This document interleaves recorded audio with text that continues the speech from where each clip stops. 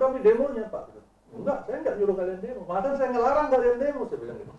Kan harus tunjukkan itu ke perusahaan bahwa kalian justru bisa bekerja bagus, produktivitasnya tinggi, kerja benar bagus, support perusahaan dan sebagainya.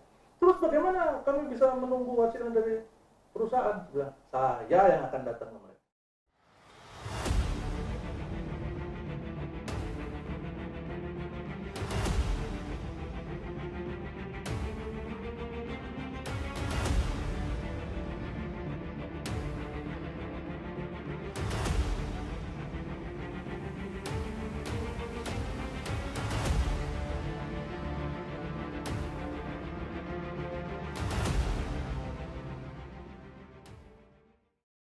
Nah, setelah itu saya yang datang ke manajemen perusahaan.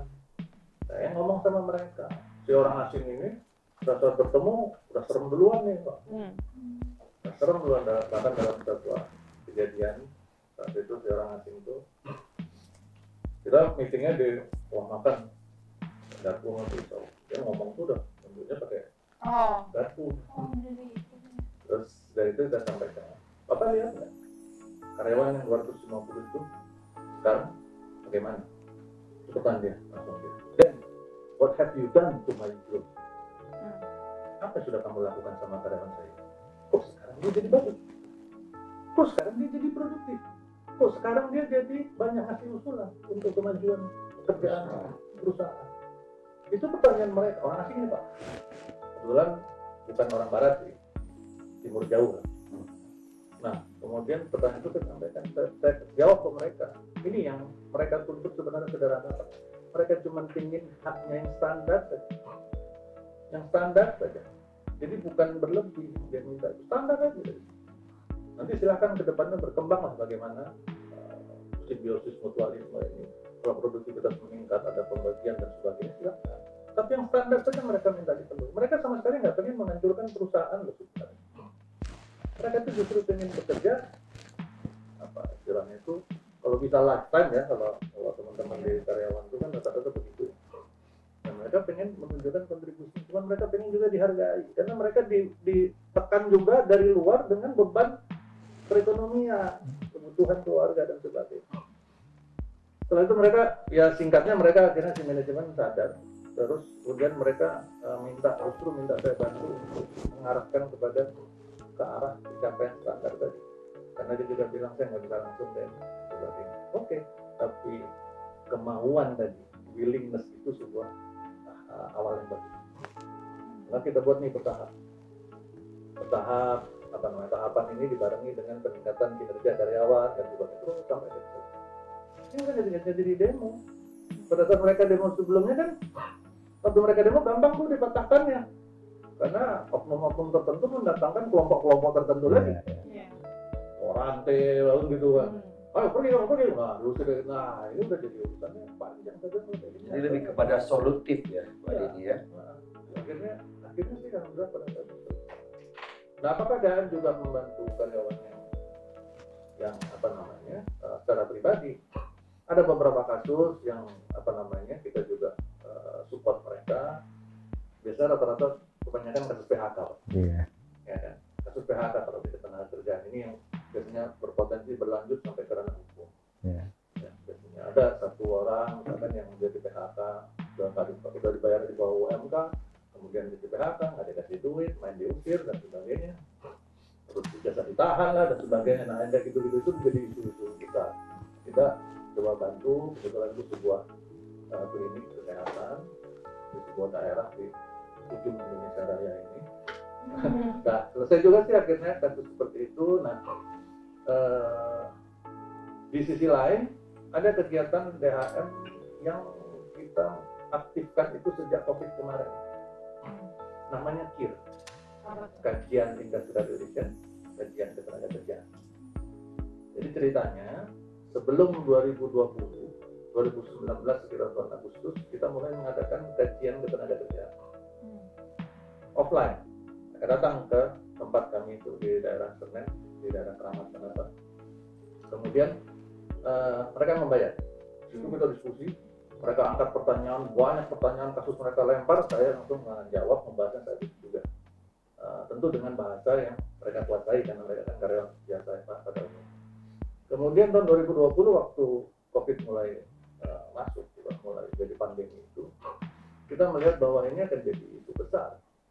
Masalah IR ini besar sekali itu.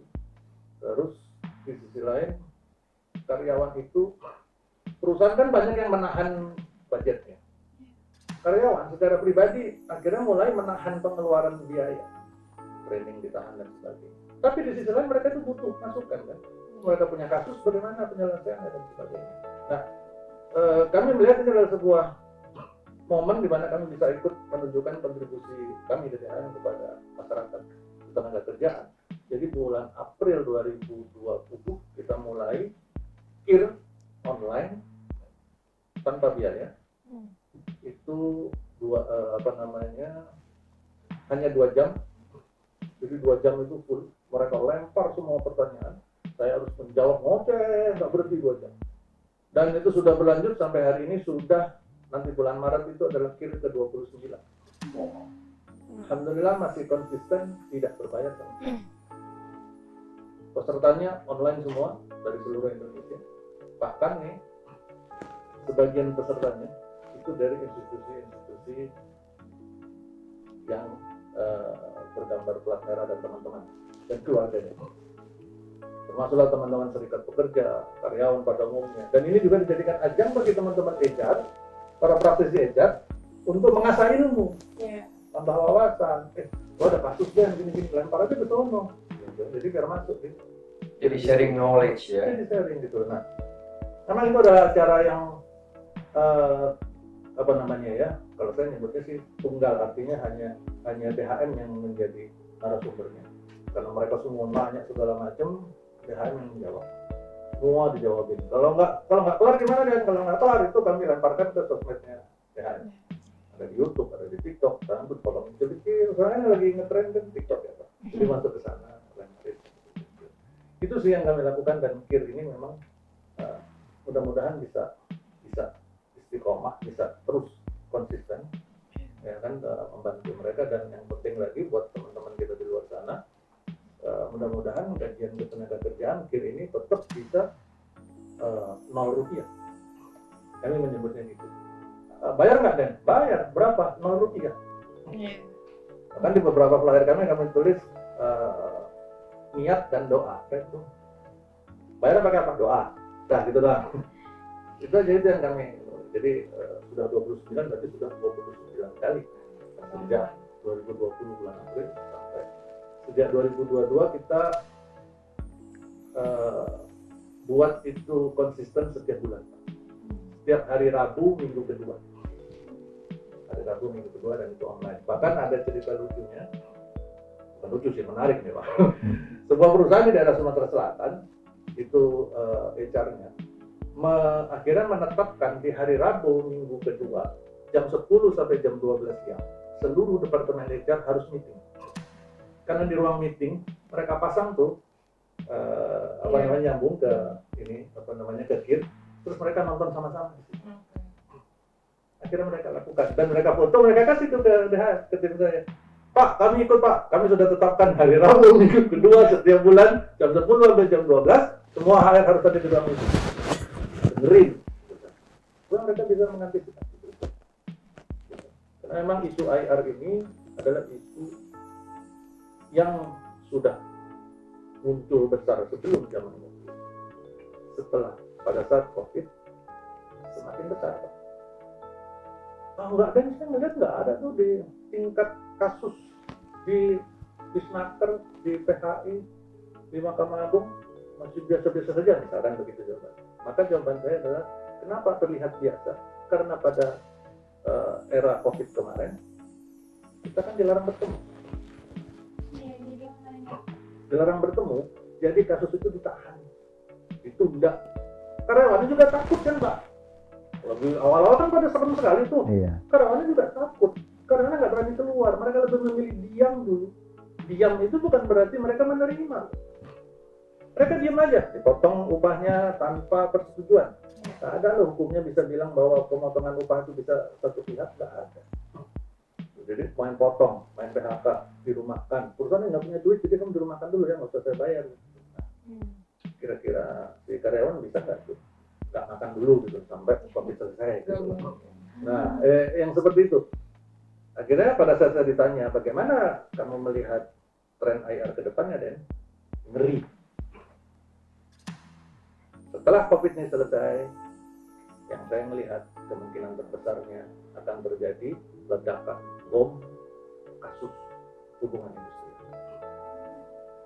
Karena setelah ini selesai, ini kan udah mulai berangsur-angsur nih selesai, mereka mulai siap-siap nih, susun alat bukti, siapkan, hubungin kuasa hukum dan sebagainya, strategi mulai bermunculan. Nanti bakal kewalahan, coba aja deh. Karena kami di lapangan. Pada saat COVID itu saya justru banyak di lapangan. Banyak kasus-kasus seperti itu. Begitu. Itu kan penjelasan dari Bapak Denny Makarim. Nah, kalau menurut Bapak Darwi sebagai praktisi keamanan ini, gimana tuh melihatnya?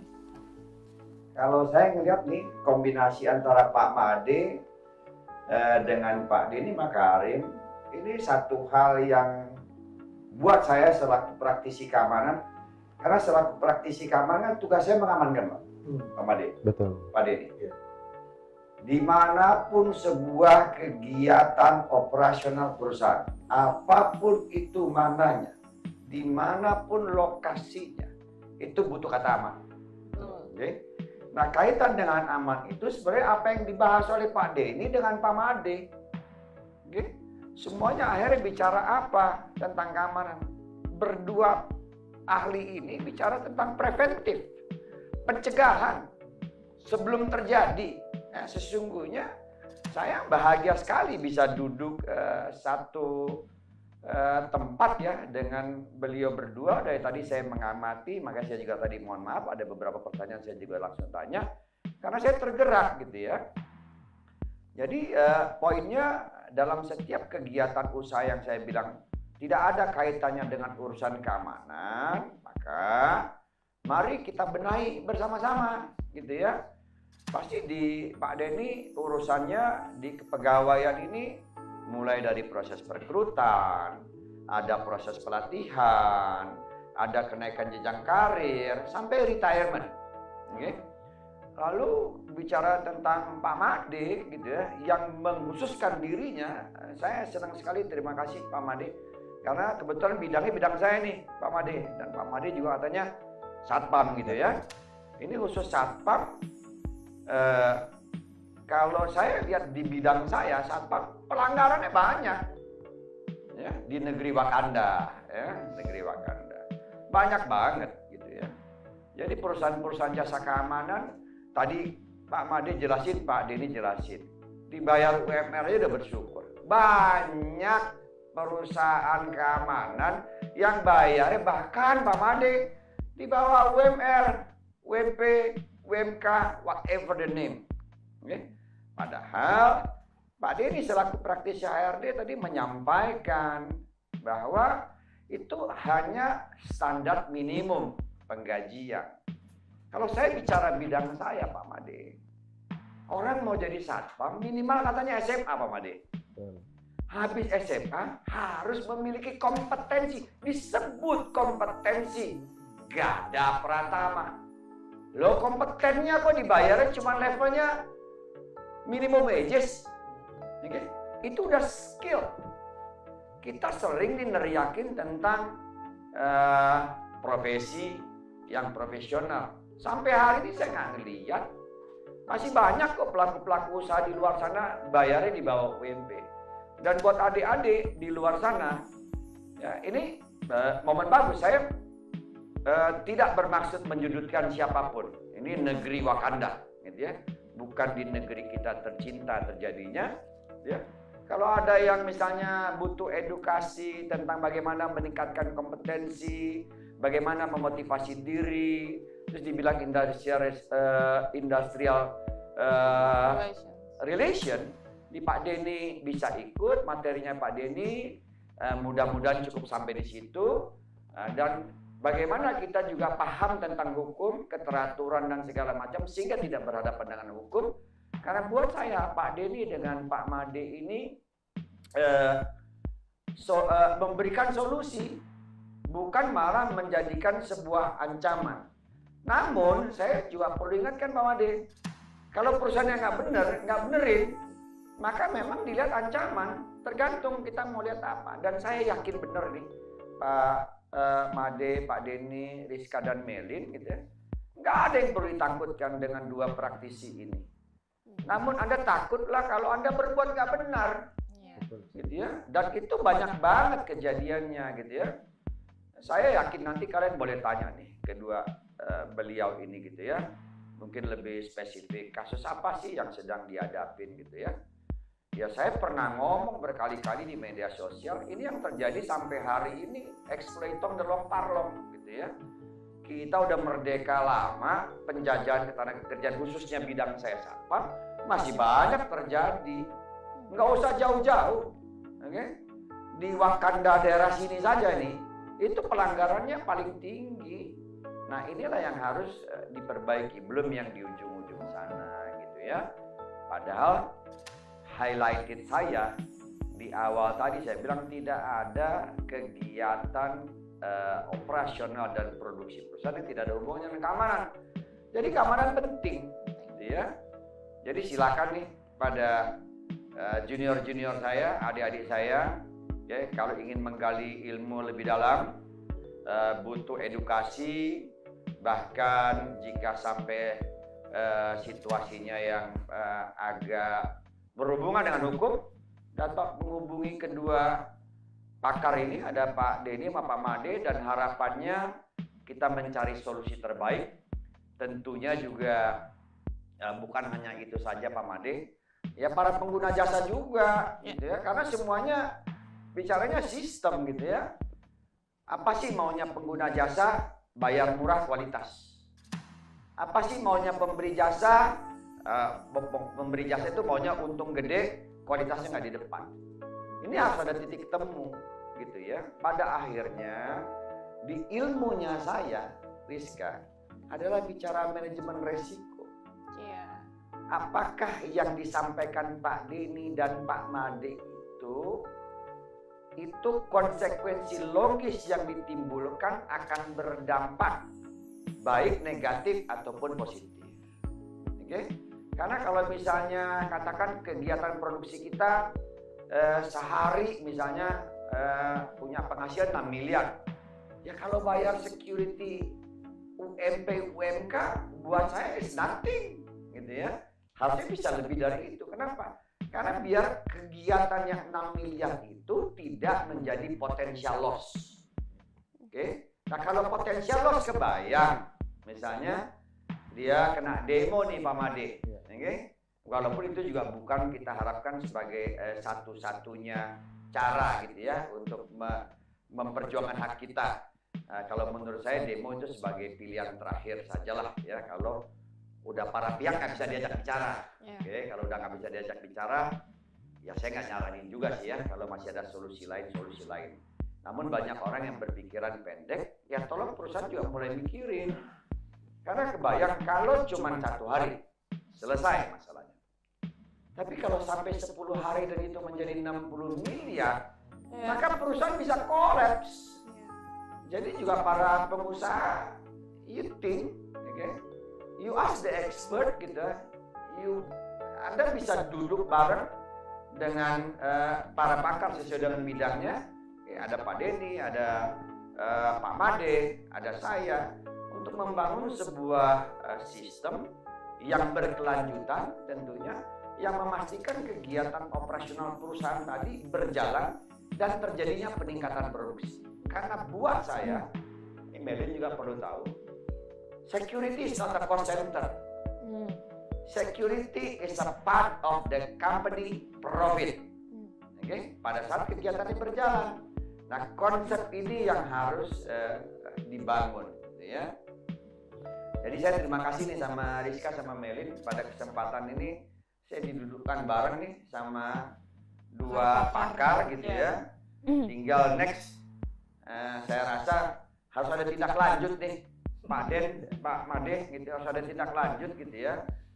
Poinnya kita ingin mengedukasi, okay, pelaku, ya, maksudnya stakeholder gitu ya, baik yang di bidang security maupun di korporasi, untuk lebih memahami konseptualnya manajemen resiko yang sangat berkaitan erat dengan bidang hukum dan kepegawaian, sehingga bagaimana kita memastikan kegiatan produksi tadi berjalan dengan baik, dan tentunya kita memberikan kontribusi positif terhadap penghasilan baik daerah maupun penghasilan negara. Sampai sejauh itu loh bidang keamanan berbicaranya.